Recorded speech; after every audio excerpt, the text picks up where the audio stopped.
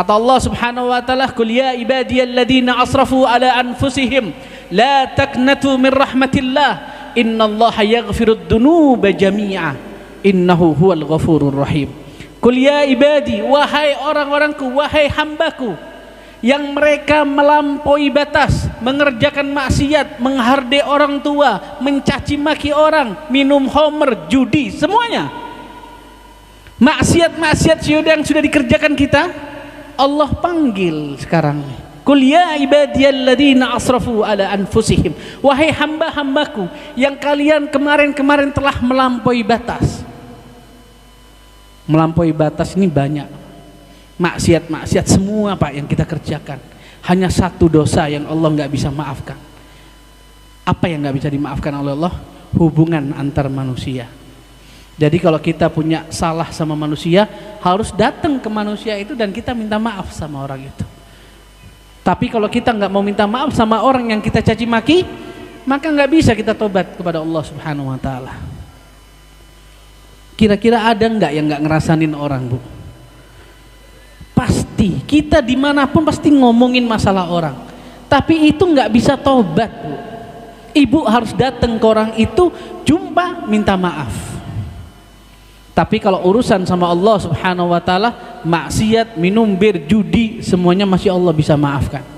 Maka itu Allah panggil, "Qul ya ibadiyalladzina asrafu ala anfusihim la taqnatu min rahmatillah." Jangan kalian putus asa, sudah mengerjakan maksiat, sudah melampaui batas, Allah masih katakan, jangan putus asa dari rahmatku, kata Allah Subhanahu wa taala. La taqnatu min rahmatillah innallaha yaghfirud dzunuba jami'a. Allah itu mengampuni seluruh dosa-dosa, seluruh dosa. Mau zina, mau srobul khamr, nyembah patung, nyembah pohon, Allah ampuni dari cintanya Allah kepada kita. Datang kau kepada aku, kata Allah. Apalagi ini bulan Ramadan, datang kau kepada aku, tobat sama aku akan ampuni. Maka dikatakan innallaha yaghfirud dzunub. Dzunub dalam bahasa Arab itu jamak. Kalau Allah hanya mengampuni satu dosa, maka bahasanya juga bukan dzunub, namanya dambun. Allah sudah katakan seluruh dosa-dosa masih Allah tambahin dalam Al-Quran jami'ah. Luar biasa cintanya Allah, Bu. Orang yang satu-satunya zat yang paling cinta kepada kita itu adalah Allah Subhanahu wa ta'ala. Maka Allah katakan, ud'uni astajib lakum. Kau minta sama aku kabulkan apa yang kau minta. Kata Allah, ayo datang wahai hamba-hambaku yang melampaui batas. Kalian yang sudah bermaksiat kepadaku, padahal sudah bermaksiat, sudah ingkar sama Allah, sudah nak nyembah Allah, tapi kalau masih ada usia, Allah panggil kita, ayo datang kau kepadaku, kata Allah. Datang kau kepadaku, minta maaf, tobat sama aku dan tidak mengulangi, aku ampuni semua dosa-dosanya. Luar biasa cintanya Allah kepada kita. Dan satu hal lagi, Bapak, Ibu-ibu yang dimuliakan oleh Allah Subhanahu wa taala. Di dalam Al-Qur'an itu berkali-kali kita katakan Allah Subhanahu wa taala berfirman. Ayatnya pendek. Di dalam surat Al-Asr Allah katakan wal asri, demi masa. Allah bersumpah dengan zat yang diciptakan oleh Allah Subhanahu wa taala. Wal asri, demi masa. Innal insana lafi khusr. Sesungguhnya aku ciptakan manusia itu dalam keadaan rugi.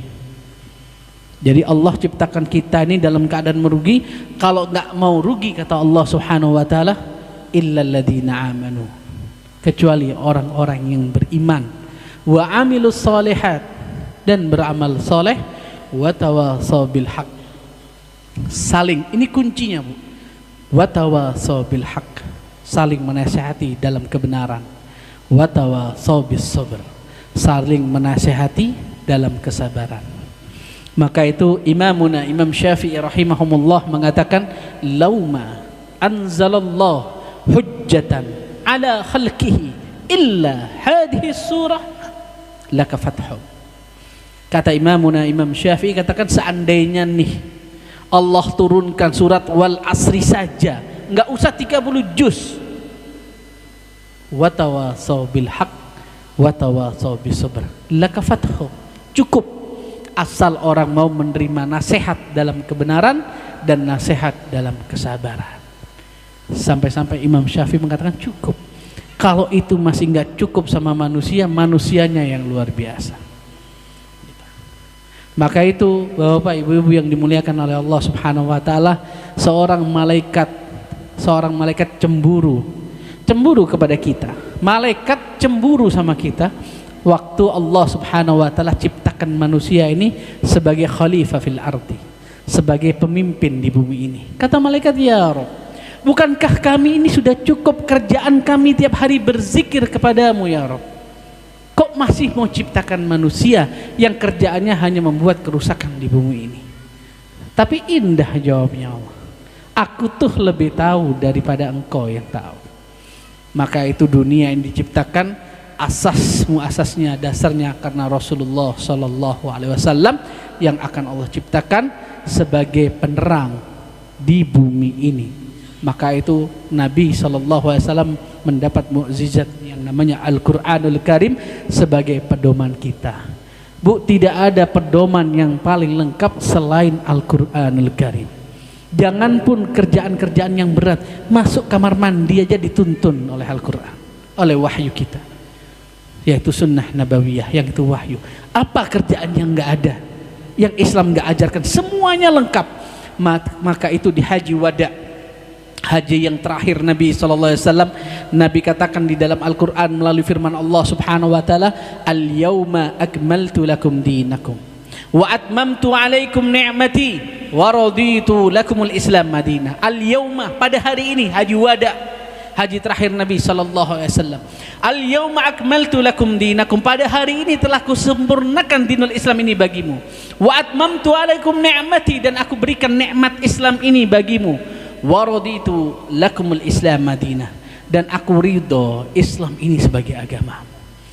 Mendengar ayat ini, Abu Bakar, Utsman dan khalifah-khalifah yang tadi menangis bercucuran air mata. Kenapa? Loh, kok tiba-tiba di haji wada Nabi mengatakan kelengkapan Islam ini seperti ini? Berarti apa? Tugas kenabian sudah hampir selesai. Maka itu sahabat-sahabat Abu Bakar As-Siddiq, Umar bin Khattab, Utsman ibn Affan, dan Ali radhiyallahu anhum, mereka menangis terseduh-seduh. Oh, ini sudah tandanya Nabi selesai menjelaskan wahyu dari Allah Subhanahu wa taala. Bapak, ibu-ibu yang dimuliakan oleh Allah Subhanahu wa taala, alhamdulillah saat ini kita kumpul di tempat tahfidz ini. Saya mau tanya sama panitia ini, ada enggak sih yang hafal 30 juz? Mana panitia? Ada sah? Berapa juz paling banyak?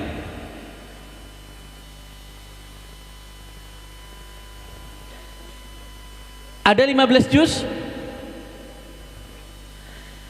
Nih khusus pondok tahfidz ini ya, pondok tahfidz ini. Kebetulan di malam Nuzulul Quran ini betul-betul mudah-mudahan kita dijadikan keberkahan yang luar biasa. Cuma saya pengen nih di pondok tahfidz ini, maupun yang laki maupun yang perempuan, kalau ada yang hafal 30 juz, bukan ibu-ibu, bukan bapak-bapak, bukan ustadz-ustadz, bukan. Khusus anak-anak yang menghafal, yang bisa hafal 30 juz, nanti insya Allah bulan Oktober ikut saya umroh bersama UAS. Siap Bu? Siapa yang bisa 30 juz? Ya? Ya Bu, yang bisa hafal 30 juz nanti ikut umroh akbar dengan saya bersama UAS, Ustadz Abdul Somad, insya Allah ya, bulan Oktober.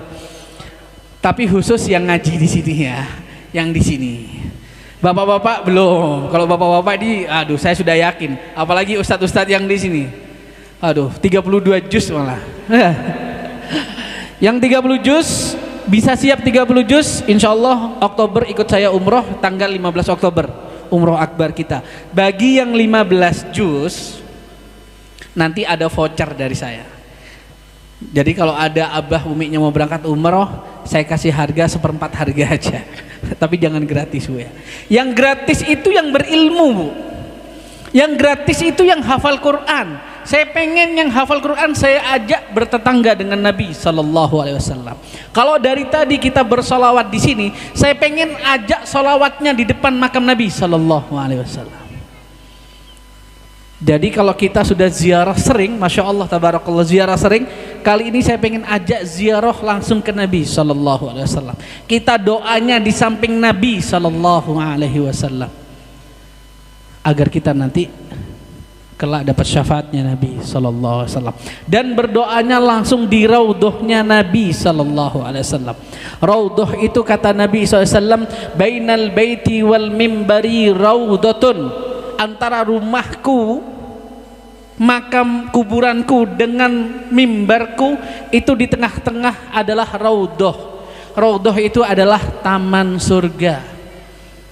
Taman surga, Bu. Yang insya Allah kata para ulama, barang siapa sholat di sana, Allah sudah catat insya Allah jadi pencalon ahli surga. Insya Allah.